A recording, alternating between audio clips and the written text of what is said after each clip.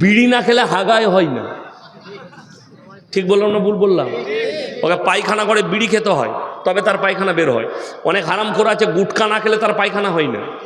কি বলবেন? অনেকজন আছে গুল না বাজলে তার হাগা হয় না। মদ হারাম না হালাল? কথা জোরে বলুন। হারাম। মদ, গাঁজা, আফিং, হিরোইন, বিড়ি, সিগারেট, গুটকা। আমাদের দেশে তো কিছু মুসল্লি আছে ফজরের পরে বিড়ি না খেলে হাগায় হয় না। ঠিক বললাম না ভুল বললাম? ওকে পায়খানা করে বিড়ি খেতে হয়, তবে তার পায়খানা বের হয়। অনেক হারামখোর আছে গুটখা না খেলে তার পায়খানা হয় না। কি বলবেন? অনেকজন আছে গুল না বাজলে তার হাগা হয় না। আর আমাদের দেশে দু তবকার মৌলবি, একদল বলছে হারাম নয় মাকরুহ। আমি আপনাকে চ্যালেঞ্জ ছুড়ে গেলাম, যে জীবনে গুল মাজে না তাকে একবার আঙ্গুলে করে একবার মাজি দাও, বেহুশ হয়ে পড়ে যাবে। ঠিক বললাম না ভুল বললাম? যে বিড়ি খাই না তাকে বিড়ি খাইয়ে দেন, তার মাথা ঘুরবে। যে সিগারেট খাই না তাকে সিগারেট খাইয়ে দাও, তার মাথা ঘুরবে। যে গুটকা খাই না তাকে গুটকা খাইয়ে দেন, মাথা ঘুরবে। তার মানে নেশা। আগে চলুন আমার বন্ধুগণ, আমার ভাই, অবাক হবেন, একটা মুসলমান মদ বিক্রিও করছে, মদ পানও করছে।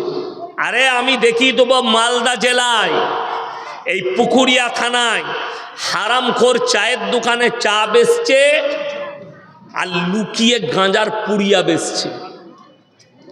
চা খেতে গেছে, আর এসব আমরা মৌলবীরা কি বুঝবো? দাও তো ভাই একটা চা। আর ওর খদ্দের এইছে, কই একটা চা দে, আর চায়ের পরে ওটা দিয়ে দিস। ওইটা আর আমরা মৌলবীরা কি করে বুঝবো? ওইটাই মানেই তো হচ্ছে গাঁজা। ওটা দিয়ে দিবি, উঠিয়ে লুকিয়ে দিয়ে দিচ্ছে কে? চায়ের দোকানে। আর আমরা মৌলবীরা মনে করছে এত ইমানদার ব্যবসা কেউ নাই। আর মৌলবীরা আমরা গেলে একটু ভালো গাঢ় দুধের চা করে খাইয়ে দিচ্ছে। আর আমি বললাম, ও দারুণ ইমানদার দোকানি, আমাদেরকে যা খাতির করে, কিন্তু হারামখোর তলায় তলায় গাঁজা বেচে। খুব সাবধান। এই মুসলমান করছে। আপনি চলুন, কোথায় যাবেন? গাজলে, শামসিতে, পুকুরিয়ায়, কালিয়াচকে, সুজাপুরে। আমি দেখিয়ে দেবো লটারির টিকিট হারাম না হালাল? হারাম। আমি দেখিয়ে দেবো মুসলমান লটারি বিক্রি করছে। ঠিক বললাম না ভুল বললাম?